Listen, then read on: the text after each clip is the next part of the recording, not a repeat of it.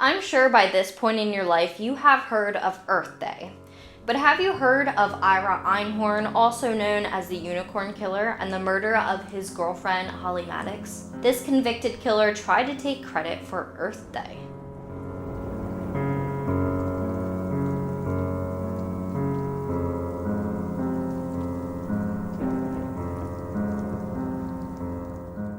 Good afternoon, everyone, and welcome back to my channel and Killer Concepts, the place where we talk about all things true crime. My name is Peyton. If you are new here, please make sure to hit that red subscribe button down below and turn on your post notifications so you do not miss any future content. Today we are going to be talking about the Unicorn Killer. His name was Ira Einhorn, and he was a pretty big counterculture icon in Philadelphia, PA. So much so that for a while, many people thought he was a co-founder of Earth Day. While people looked up to the environmental activist, he would turn out to have a dark side, including domestic violence. This would later end in the murder of his girlfriend, Holly Maddox. But when police would arrest him, he would manage to escape to Europe and would not be captured for almost 20 years. So first we are going to talk about Ira Einhorn and his background, and then we will get into his relationship with Holly Maddox, who she was, and what happened. There are a lot of sources in this one, so I'm probably not going to cite them all out loud, but they are all down in the description box if you would like to check them out per usual. Ira Samuel Einhorn was born on May 15th, 1940 to a middle-class Jewish family in Pennsylvania. When he got older, in 1961, he would graduate from the University of Pennsylvania with a major in English and would go on to pursue a career in academia. Einhorn wanted to be a teacher. So from 1964 to 1965, he would work as an English instructor at Temple University, but this wouldn't last very long as the school would not renew his contract.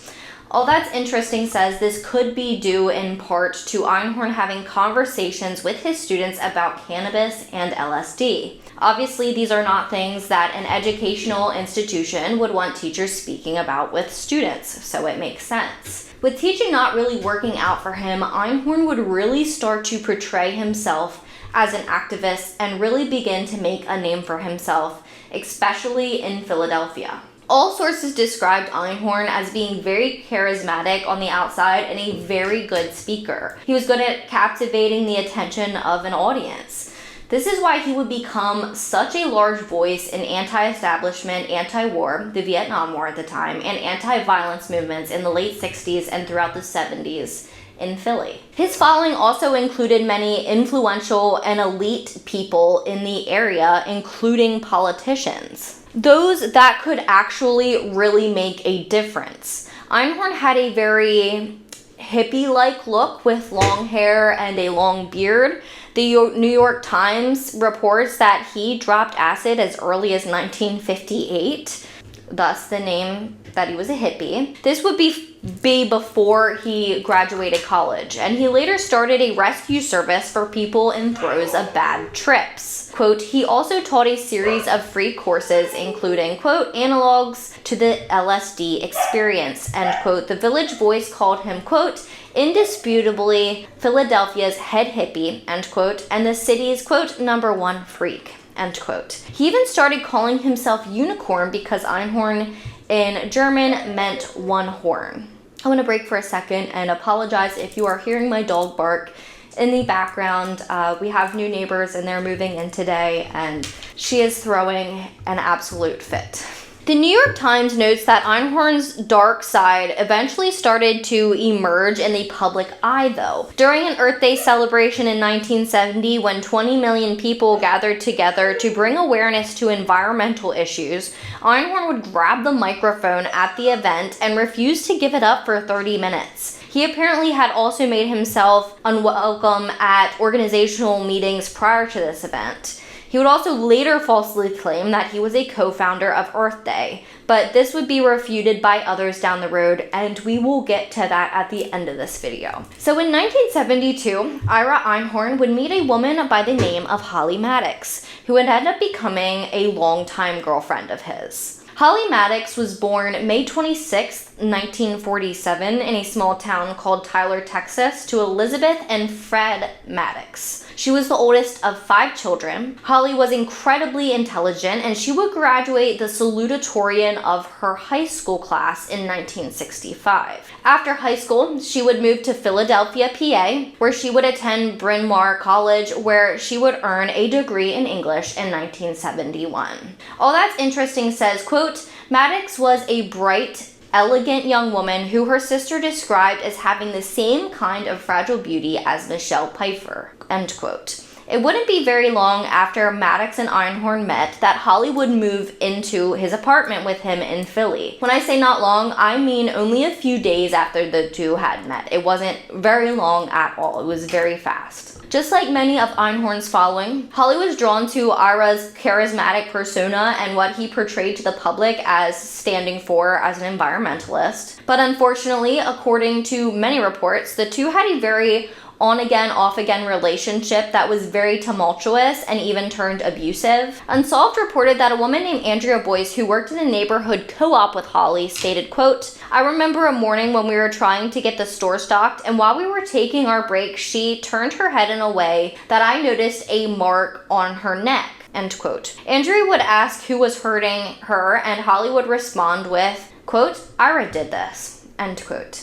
By July of 1977, Holly Maddox was absolutely fed up with Einhorn and the relationship, and she decided that she was going to just up and leave him. She up and went to New York without taking any of her belongings with her after their relationship of 5 years. Here she would meet and start dating a man by the name of Saul Lapidus. Lapidus described their relationship as seeming pretty serious at the time. They were moving pretty quickly, just like her and Einhorn had. And he would describe Holly as, quote, just wonderful, curious, very bright, end quote. But when Einhorn learned that Holly had left him and now found a new boyfriend, he went ballistic. He lost his mind. In the 2002 trial of Ira Einhorn, Saul Lapidus would take the stand saying, quote, Ira was threatening to throw her clothes, her driver's license out the window. She said, I have to get him off the wall. He's in one of his moods. I asked if she wanted me to go with her, and she said, no, I can handle it. This has happened before,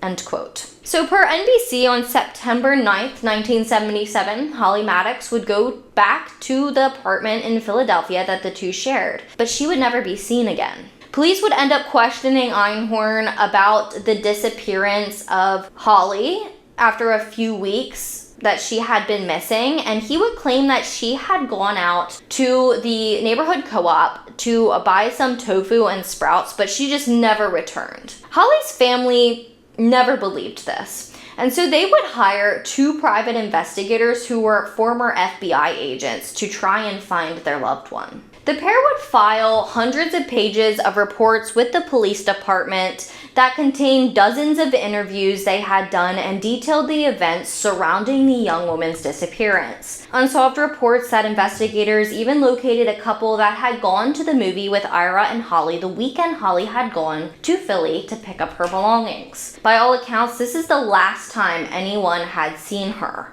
But the real smoking gun came when Einhorn would try and convince friends to help him dump a large trunk in a nearby river. He apparently said that it was filled with secret Russian documents. This was only a few days after she had last been seen. A while later, the tenants in an apartment below Einhorn's would tell the investigators about a terrible stench that was seeping into their apartment. Not only that, but there had been a reddish-brown, foul-smelling liquid leaking from the ceiling of the apartment above theirs. This apartment belonged to Ira Einhorn.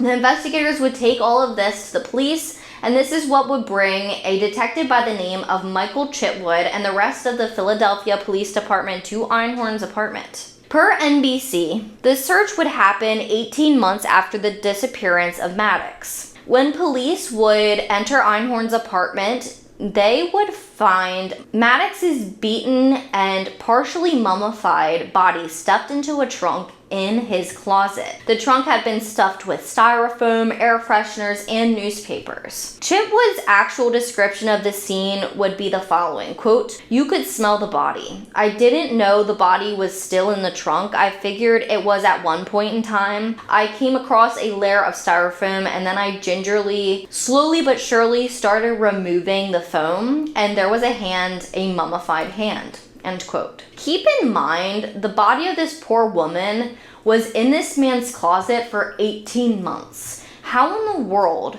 could Einhorn himself stand the odor that he could leave her there that long? Einhorn was in the apartment with Chipwood when he would make the discovery. He was actually right behind him when Chipwood would say to Einhorn, quote, "It looks like we found Holly," end quote. Einhorn would apparently reply with, quote, "You found what you found," end quote. Einhorn would be arrested for the first-degree murder of Holly Maddox, but he would hire a defense lawyer by the name of Arlen Specter. Arlen Specter was not only a really good attorney, but he had previously been the district attorney. Specter would convince Judge Arnold Della Porter to allow bail for Einhorn. Specter would have a lot of influential people write letters to the judge on Einhorn's behalf, which would assist in getting him this bail. Delaware Valley Journal reports, Porter would set bail at only $40,000. You have to put up 10%. So this meant Einhorn only had to pay $4,000 to bail himself out. This is exactly what he would do.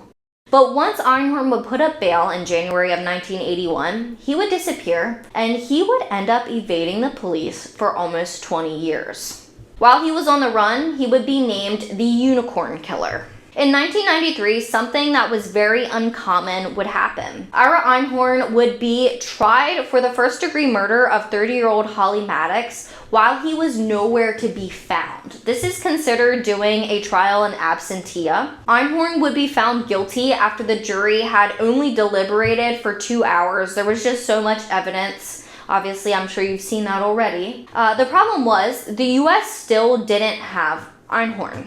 Throughout the years, Einhorn would be spotted in many different locations from Thailand to Europe. But it wouldn't be until 1997 that Einhorn was found in France, married to a Swedish heiress named Annika Floden in the affluent countryside, that French police would capture him.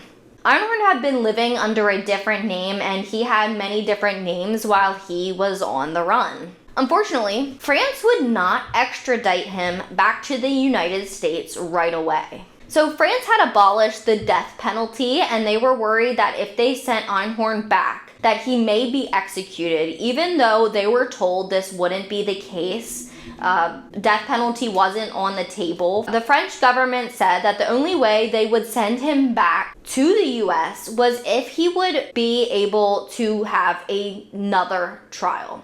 They wanted him to be granted a new trial. So this is what would be done. With the US agreeing to give Ira Einhorn a new trial, France would extradite him back to the US in 1997. There is footage of Ira claiming his innocence, but only after he had tried to slice his throat and commit suicide when he knew he was being sent back to the US. You can do what you want with that information. The most chilling thing to me, though, is the way that he smiled at the press as he was being walked out of his home.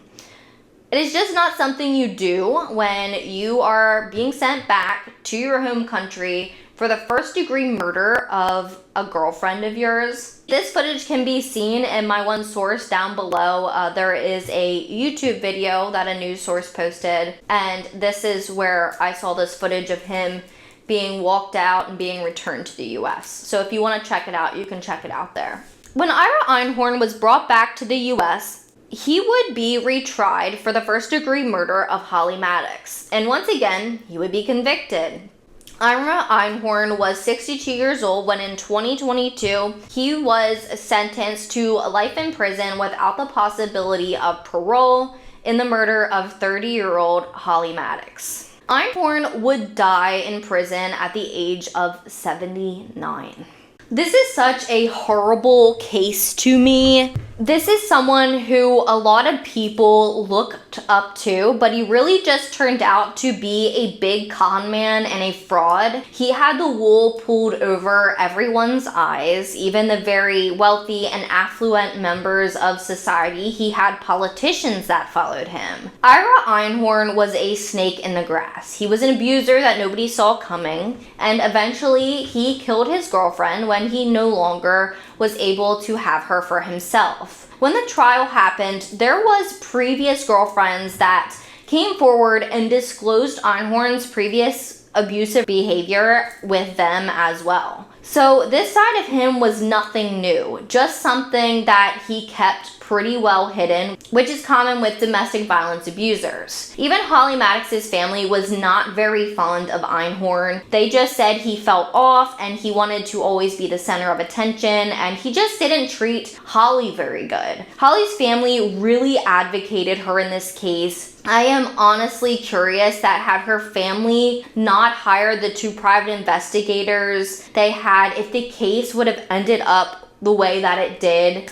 and would have moved on as fast as it did in order to charge Einhorn with the murder. It seemed that the former FBI agents did a lot of legwork in this case, and that is what led the police to what actually happened. Now, I'm not sure if that's 100% accurate. That's just what I got from what I had watched or read about this case, which was that Holly Maddox had been beaten to death. Like I said, Einhorn was a wolf in sheep's clothing. He had all of Philadelphia, PA, believing for the longest time that he was responsible for founding Earth Day as well. So, about that.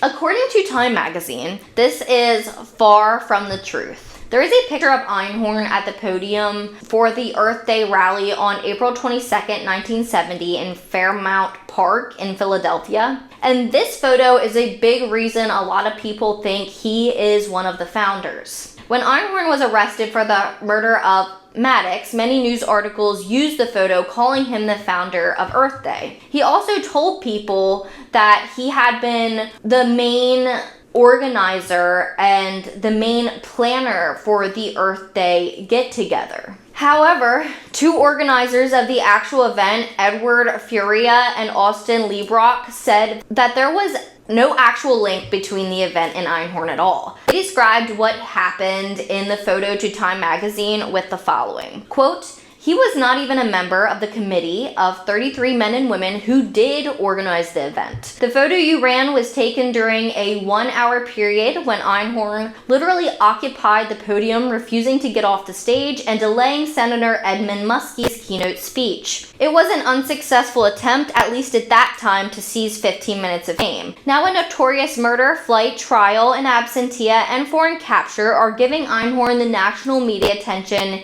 he so desperately craved." End quote. NBC News reports that the actual founder of Earth Day was environmental activist and former Wisconsin governor and Senator Gaylord Nelson. He created Earth Day in 1970 as, quote, "a way to bring national awareness to the fact that at the time there were no legal or regulatory mechanisms in place to correct the environment." End quote. So with that being said, that is all I have for you on this case and today's video.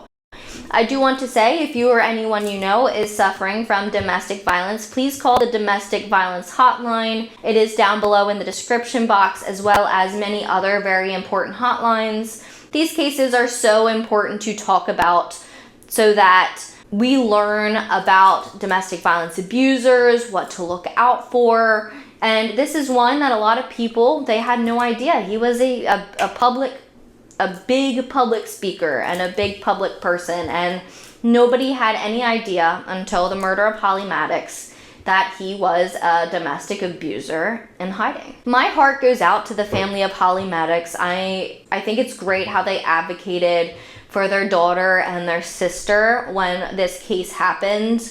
It doesn't matter how many years go by, even though it's been decades now. I don't think it gets any easier to lose a loved one and to have to live without them. So my heart just goes out to them, as it does any of the other victims that we talk about here on this page. If you have not done so, please make sure to hit that red subscribe button down below and turn on your post notifications so you do not miss any future content. If you have any case suggestions, please send them to killerconceptsvlog@gmail.com or comment them down below. If you want to connect with me on social, all of my handles are down below in the description box as well. I have recently changed my threads and my Instagram handle to Peyton Taylor YT. So that is easier to search for because it matches the name on my YouTube channel here. So before you go, don't forget that the world's most dangerous minds hide in the most unlikely places. Stay safe.